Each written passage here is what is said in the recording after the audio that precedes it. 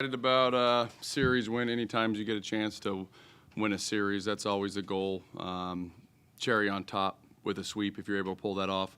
We'd played really good baseball for a long time, and yesterday was probably the worst game that we had played defensively and pitching. So to be able to bounce back and have a big win to win a series at home was a good way to end a Sunday. Obligatory question about Brody, toughness. I mean, and, everybody talks about it, but you can't demonstrate, I don't think, any higher level than that, can you? No, I was so proud of that guy. Like, proud dad moment. You want to make sure guys obviously are safe, but he gets hit in the face with a ball, breaks his nose. They set his nose at 11 or 12 last night, and then he shows up, probably gets 5 or 6 hours of sleep at most, is on some pain medication, has to compete with a mask and a cage on for the first time. Cold weather, his face is swollen, probably has a headache because if you get hit in the face with a ball, it doesn't feel good. And then he shows up and goes 3 for 5 with a homer and plays great shortstop. And so to see like the mental fortitude and maturity over the course of the last 2 years with that kid is incredible. He's absolutely a warrior. He wants to be here. He wants to win for this place, this state, this community. And I think it takes a while to understand that and to mature into that. And so I couldn't be more proud of him. It makes me want to cry thinking about what that guy did today. Special player that you can't fake that, right? You have to want that deep down. There's nothing a coach can say or do. You have to really want to be on the field. And that's the reason we won. Before the game started, I was like, if Brodie Kresser is willing to show up in a mask after breaking his nose yesterday and play, how are we going to lose this game? He's one of our best players, and he's showing the most toughness at the premium position at shortstop. So you just feel really good going into the game, hey, whatever happens. And we wanted to start him right away because sometimes when you get hit in the face or the head, there's some tentativeness that goes along with that. And so just ripping that Band-Aid off and putting him right back in there. And I was smart enough to call a bunt sometime in the middle of the game, and a guy threw an up and in fastball as he stepped across the plate. He tried to get it down. But even last year, I had a conversation with Brody last season because he got hit by a pitch and showed some emotion and showed some pain. And we just talked about in that moment, you want to make sure that you give energy back to the team. You need to be excited to get on base.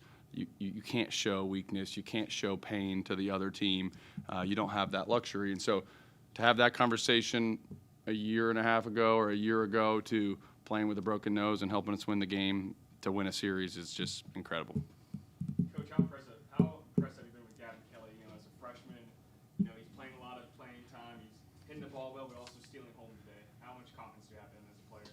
Ultimate confidence, elite offensive player, really good athlete, unique skill set. So catcher, outfielder, played shortstop in high school, very, very good hitter with speed and some developing power. So we're excited about him, bringing him along. So trying to get him as much experience as possible. And we really need his bat in the lineup long term. So at this point, we feel like we've handled that really well. Gavin Kelly's hitting .375 and has played in 10 games and started in 8 of our 15. So kind of that perfect amount for one of the best freshmen, I believe, in the country to get his feet wet. And now I think this weekend he played every game. Can you walk us through that stealing home, that whole progression through that whole play? Yeah, there's a man on first and third with a left-handed pitcher up. And so we had worked on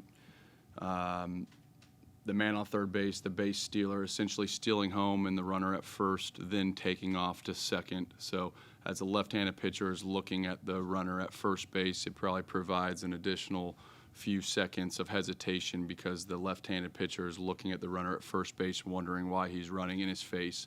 And as that hesitation happened, gave Kelly enough time to steal home. So eventually he thought that maybe there was an offensive play on and recalibrated and threw the ball home, but it was too late. You guys got spotted 3 runs early and immediately got it right back, 1, 2, 3 in the first inning. How important are Postgame, Brody, and Sam for you at the top of the order? Yeah, the coolest part about that, you want to talk about a toughness and winning a series. So you have Kresser in a face mask. Ben Lumsden got hit in BP in the eye. He hit the wall going back on a fly ball. Ball hit his sunglasses, cut him, so he got 5 or 6 stitches. I went in the training room, and he's bleeding all over his face. And then Sam White, not the same thing, but Sam White makes an error in the first inning. And so young dudes that there's a lot on the line trying to win a series, that can unravel you. But Sam's response to having an error in the first inning that potentially let in those runs in the top of the first was to hit a 3-run oppo tank to tie the game. So the cool thing about Sam White is whether he plays good or bad, it's never going to be because of a lackness of a lack of mental toughness or an aggression or a fearlessness. That guy is a very special player as well. Coach, can you talk a little bit about Tyler Hudson's development and just the value that he brings? You know, a guy that's been around the block a few times at other programs in that bullpen. Yeah, strikes, 5 pitches, confidence is what Tyler Hudson brings. There has been development. We really pushed him this fall to concentrate on his body, his weight, his velocity, his pitch development. But every time that he's on the mound, he just attacks hitters with his best stuff. So there's always pitchers that will throw harder, have nastier stuff, have a better mix theoretically than Tyler Hudson, but he always ends up getting the ball at some point over the course of the week because the priority is going to be compete and strikes. And so we've been able to count on that in big moments. It's really fun, whether it's a 7-run game, a 2-run game, a blowout in relief or start, he's always the same guy. He's fired up to pitch. So it's kind of a gym where oftentimes pitchers can let the scoreboard dictate their emotion, and if they get up for certain situations, he's not that guy at all. He just loves pitching, and he's excited to be here. How nice is it having these young guys that when they get into a jam can get themselves out without having to come out to the mound and talk to them? It's great. I think we've done a good job preparing them mentally to handle those moments. We have a pitch comm that sends in the pitches for every pitch. And we'll go talk to guys occasionally. On one of those buttons, we have something that shows up that will say breathe. So, we're always thinking, because some of those young dudes, literally they start going warp speed or hyper speed, where there's so many pitches in a minute, and you're going slow down, dude. Take a breath. And so part of the preparation, not only do we talk about taking a breath or taking a deep breath or resetting, is just literally we'll put on the watch to breathe. One more game before you start Big 12. Where are you with your weekend, midweek rotation ideas? Yeah, nothing yet. Usually at the end of each weekend, you reset. So get in the office tomorrow, talk to Chris Riley and Justin Oney, and just see where's our usage at. And when you're in the middle of competing, you're putting in pitchers to try to win that moment. But I think you always have to then look back and reflect, because sometimes there's that recency bias where you're really excited about somebody's outing, but always reflecting on what's really happened this year. How has this guy done versus right versus left versus matchup? How many walks to strikeouts? How many innings? How many appearances? So after you reflect, then try to make an educated decision on what's ahead. But we don't have a Tuesday starter announced yet. Usually, in general, you like for that Tuesday starter, if you can start him and get him out of the game, they're usually a quality enough pitcher to then pitch on the weekends. Oftentimes, you don't run a Tuesday starter 6, 7, 8 innings because that would burn them for the weekend.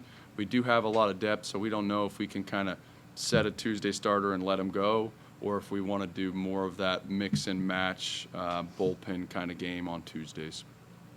You guys have had David start multiple games, but haven't had him work necessarily deep into games. Is that your guys' plan to kind of take baby steps with him as a starter? Yeah, we have. I think early on that was the plan, and then after his outing today, I told him, I need you to know that if you wanted to run the game today, you would have had it.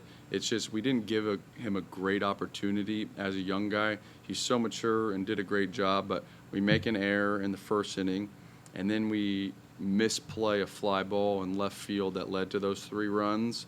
So his pitch count got really high. There was lots of traffic, lots of base runners early. So in a different universe, I think some of those innings might have been clean where he would have just kept pitching. But because of the situation today, we felt like it was best to give the ball to Tyler Hudson, He was just as deserving and as much of a strike thrower as David. We just knew that David needed to pitch today, and as a freshman in a routine, getting him to clip off a couple innings is a bonus. And if he was really good and was pitching great, we would have left him in there longer. Any other questions? Thanks, guys.